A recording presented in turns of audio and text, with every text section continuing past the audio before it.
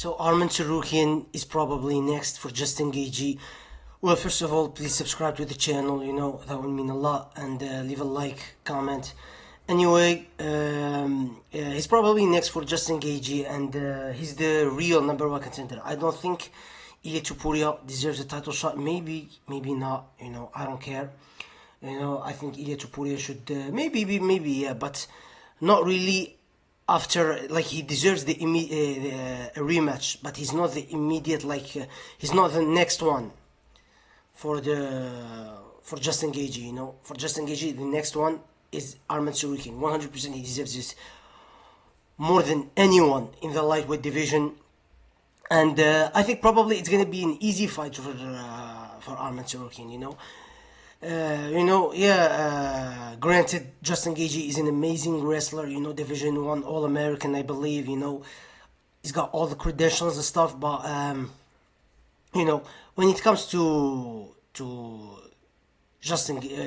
Arman Tsarukyan's wrestling, my gosh, he beat, George Puyas, or I don't remember his name, Giorgio, or Georgie, or, the guy that says, $1,000, give me 1,000, whoever takes me down gets $1,000, and he did, easy work of him. I posted 2 videos about him, about that match, The first one, it ended in a brawl, so it was a no contest, I believe.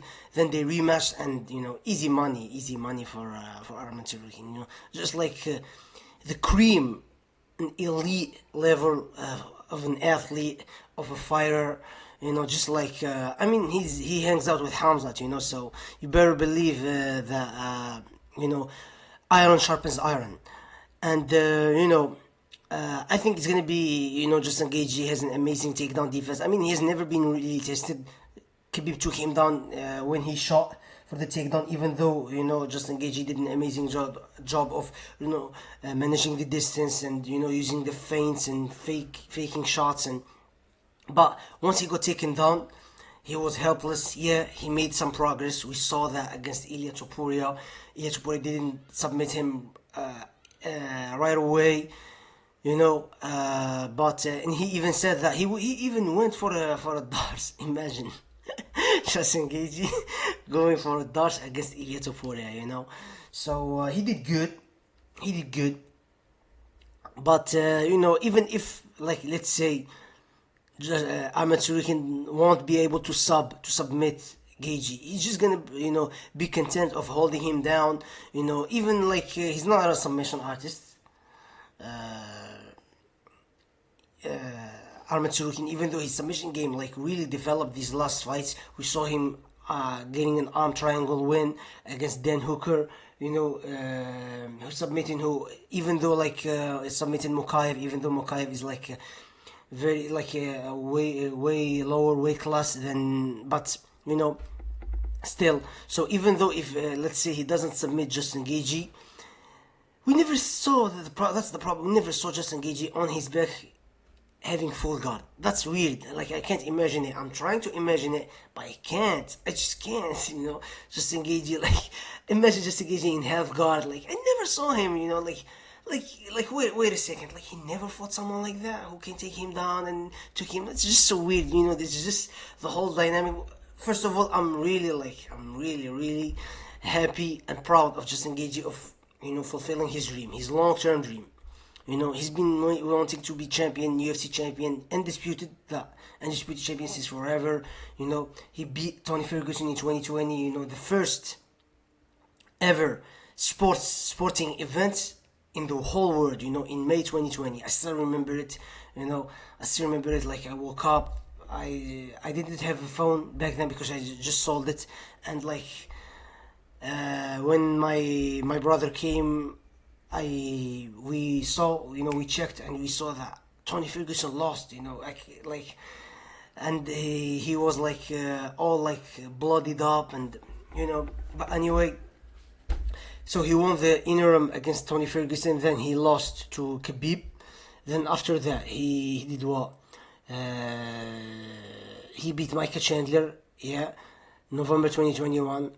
I have an amazing memory when it comes to to MMA because I love it. I fucking love it, you know. So and after that, in May 2022, he fought Oliveira. He lost, you know. But anyway, so I don't think he ever won, you know, the interim lightweight title again after that, you know. So I think he just won it one time against Tony Ferguson, but you know. So anyway, Justin Gaethje, Arman Tsarukyan is gonna be.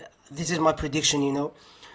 Arman Tsarukyan beating Justin Gaethje by submission or by, you know, by TKO ground and pound or by decision, but it's gonna be come down to the grappling, you know. He can outstrike him for sure, but it's gonna be like a dangerous game to play against Justin Gaethje because Arman Tsarukyan got knocked out before.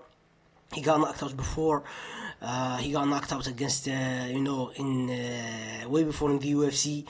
Before the UFC, then he got knocked out in. Then he got like hurt badly in a fight. I don't remember the guy's name. He's nobody, but you know. So his chin is suspect. You know, he doesn't have the best chin. And granted, you know, I mean, Justin Gaethje. Maybe I'm gonna have a lot of backlash when I say that, but Justin Gaethje is not in any way, shape, or form a knockout artist like through and through, like Ilya Topuria or McGregor, or you know, he's not. You know, he knocked out, you know, Edson Barboza with. He doesn't have one punch knockout power. He knocked out just Barboza with one punch. He knocked out James Vick, but who didn't knock out James Vick? You know, everybody knocks out James Vick. So other than that, you know, he's like a TKO type of fighter. I mean, he didn't knock out. Tony Ferguson out, and Tony Ferguson had like a terrible defense. So still, I'm going with Arman Tsarukyan by decision. Probably by submission, I would say. Probably decision, submission, something like that. But he has got some vicious elbows that Justin Gaethje has to, you know, to watch out for. So, yeah, Arman Tsarukyan by decision. This is just like an early breakdown, of course, early look. I'm going to be doing this fight in you know, when it got announced. I don't know if Dana White is still like, you know, with just is in good terms with Arman Tsarukyan or not, but probably it's gonna be next. You know, it's gonna be next for the title and finally Arman Tsarukyan, UFC lightweight champion of the world.